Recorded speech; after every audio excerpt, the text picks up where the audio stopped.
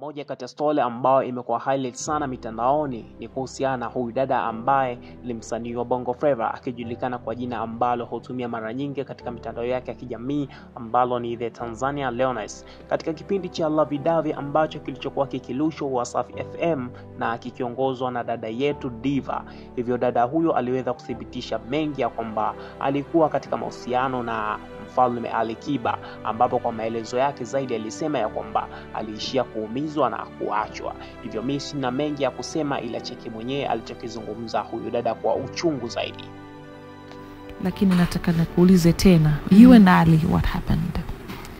Well, since we did the interview yesterday, na niliongea kuhusu the changamoto sisi wa vixen na model tunapitia in this industry. Nilivyorudi nyumbani, kama nilivyosema jana, mimi I'm not exempt from these problems. Mimi ni mmoja wao ambao nimedharauliwa, nimepitia a lot of things in this industry. And so kwenye kurudi nyumbani na kutafakari all the things I said, nimeona sometimes you have to put things out there ili kuwa na impact kwenye jamii yetu. And so mimi on my road as a vixen, unajua nimekutana na changamoto nyingi sana. Na nilipoingia kwenye the industry as a vixen, my goal ilikuwa kuwa musician. Kwenye kutaka kuwa musician, nilifanya kazi na hawa wasanii wakubwa, Diamond, Ali, Harmonize, wote. Ukienda kwa hawa watu, unajua unaenda as somebody new in the industry, unategemea kwamba these people wataweza kukupa advice, wataweza kukuguide in some way, you know, kutokana na the way wanavyojipresent on the media.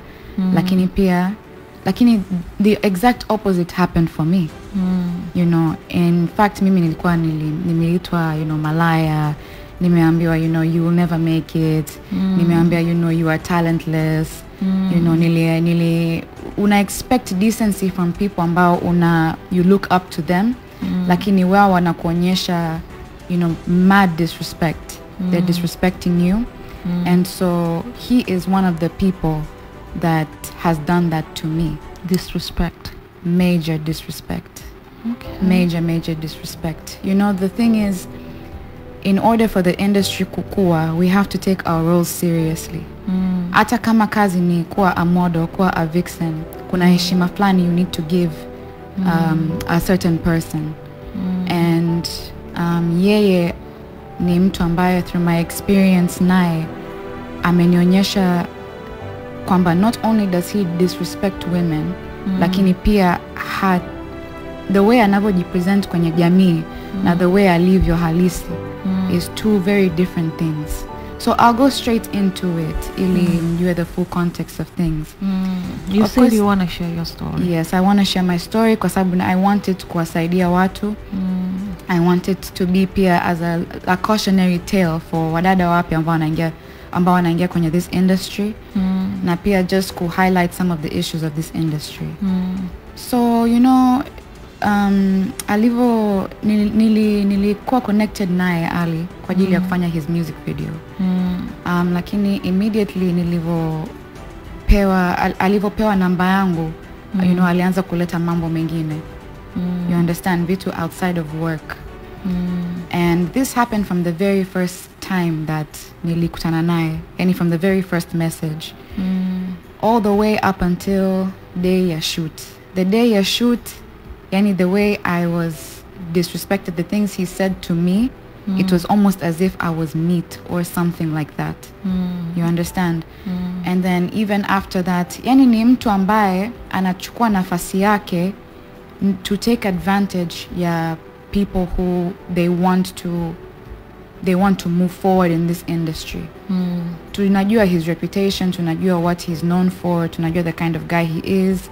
And so yani njia ya kutumia kazi is one of the many ways ambazo anazitumia in order basically wachezea wanawake.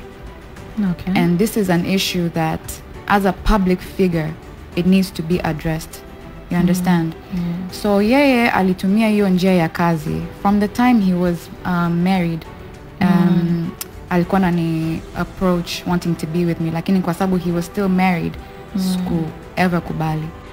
Niliondoka nchi nikaenda Barcelona. Kwenye kwenda Barcelona still alikuwa na keep in touch with me, all of those things, trying to get closer to me, all of that stuff. Nilivorudi sasa the news at the time ilikuwa kwamba he was divorced. That was the news. Na kwamba aliachana na mke wake. Kwenye kunitafuta all of these things, kwenye kuongea naye akasema yes, you know, I am single, all of these things. Na akatumia again hizo njia za we can do a song together. Yani kwa kifupi aliniahidi a lot of things. Mimi nilienda kwake kupata ushauri, nilienda kwake kupata guidance in the form of entertainment basically, kwa sababu he's a very big entertainer. He's a good entertainer. He's a very big entertainer. He's very talented. Akatumia hiyo nafasi instead to take advantage, get what he wanted, and then, you know, leave. I'm not the only person that this has happened to. Hii ni epidemic kubwa sana in this industry. Unfortunately, wanawake tukiwatazama hawa wa star, tunadhani kwamba, you know, their image is who they are in real life. Lakini it's not true. Wengine image yao iko hivyo. Yeah. Ujahisi labda alikuwa amekupenda kweli? Maybe he was really attracted to you. Maybe he never wanted to play with you. Well, unajua ukiingia kwenye mahusiano, you think kwamba, of course, kuingia kwenye mahusiano lazima udhani kwamba this person cares about me. Now that's exactly what, you know, was being shown at the time. Lakini uliingia kwenye mahusiano? Tuliingia kwenye mahusiano, yes. So ulikuwa naye yale? Yes. Kwa muda gani? Nilikuwa naye kuanzia last year October mpaka this year February. So I'm continuing the story now. Okay. So kuingia kwenye mahusiano naye, you know, aliniahidi certain things as a man, lakini pia kwenye kazi zangu, kwa sababu alijua kwamba mimi ninapenda sana entertainment, all of these things. Lakini mwisho wa siku akaja basically just not, you know, do anything. This is before nilijua kwamba he's still married. This is before nilijua kwamba ana my girlfriends hapa na pale nini, all these things. Najua I'm fresh from Barcelona, but I don't really, you know that much about everybody's private lives. Na yeye mwenyewe ni mtu ambaye maisha yake halisi anaweka siri. It's he's a very private person. Exactly, yeah. So kwenye eventually kutokana na yeye kutokufanya his part nikamwacha. Kwenye kumwacha akajaribu like get back na mimi. Then kwenye hiyo get back na mimi akaniweka kwenye video ya nakuja hiyo Tommy Flavor. You know, a lot of things amefanya, kuwatuma watu kuni like follow me, you get what I'm saying? Yani kunipa updates on where I am. A lot of things amefanya. Yani kuwatuma wachawa zake, all of those things. Sasa ilifika a point where I was getting so fed up na being harassed naye, to the point where nilimconfront. You know, jana mlisema kwa nini usende one-on-one. Sometimes one-on-one it does not work. Sometimes doesn't make these things public. Nilienda one-on-one nikamwambia, you're harassing me, you're trying to stop my bag essentially. You're trying to dictate my life. Mimi na wewe tuliachana a while ago. Yani it wasn't really a while ago, lakini tuliachana. Kwa nini bado unaendelea kufanya all these things? And we got into a very, very heated argument. A very heated argument, which iliisha na mimi kusema, sikiliza, if you don't leave me alone, I'm going to expose you.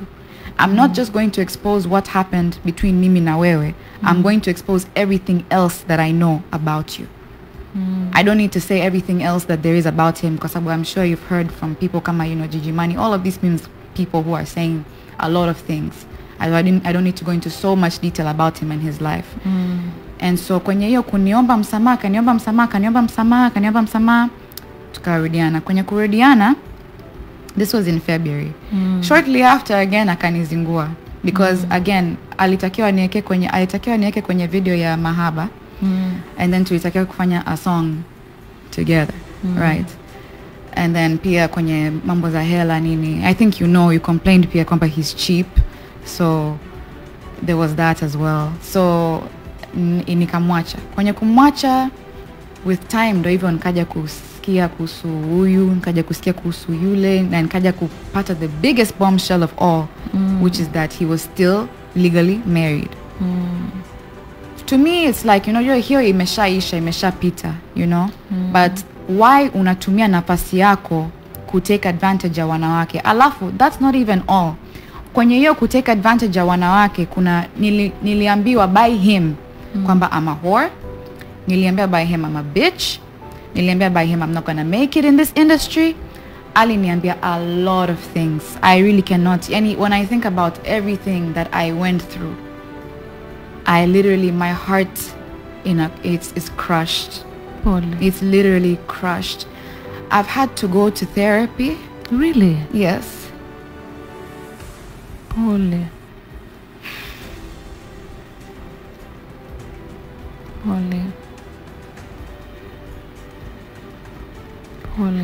Usilie. I've had to,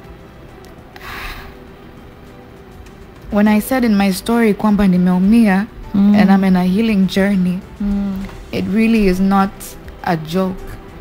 Kwa sababu kuambiwa by somebody who ulim idolize that you are nothing, kwamba I'm going to send people, you know, after you, kwamba I'm going to sambaza your pictures, kwamba I'm going to make sure, you know, this and that, all of these things, you'll never make it, nini, all of these things. Sio kwamba alisema kwa sababu ya wivu labda. You know, it's possible, lakini I cannot speak kwa upande wake kwa sababu I'm not his brain. Kwa sababu relationships, hizo vitu viko kawaida tu. Mostly when people argue, Tanzania mtu mpenzi wake anaweza kusema chochote. It's all about relationships, and I don't know what really happened, lakini I think labda alikuwa anakupenda kweli.